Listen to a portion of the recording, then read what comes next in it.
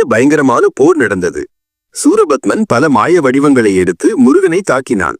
ஆனால் முருகன் தன் சக்தி வாய்ந்த வேலால் அவன் தாக்குதல்களை எல்லாம் முறியடித்தார். போரில் தோற்றுவிடுவோம் என்று தெரிந்ததும் சூரபத்மன் கடலுக்கு நடுவே ஒரு பெரிய மாமரமாக மாறி நின்றான். அவனை கண்டுபிடிக்க முடியாதபடி மறைந்து கொண்டான்.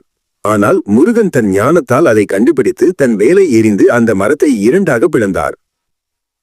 பிளந்த மரத்தின் ஒரு பகுதி சேவலாகவும் மறுபகுதி மயிலாகவும் மாறியது. அவை இரண்டும் முருகனை தாக்க வந்தன.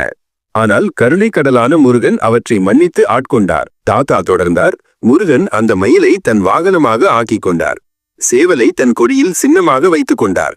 தீமையை அழித்து கருணையையும் காட்டினார். அதனால்தான் தாத்தா இந்த கோயில் இங்கே இருக்கிறதா? முருகன் போரிட்ட இடம் என்பதாலா என்று கேட்டாள் காவ்யா.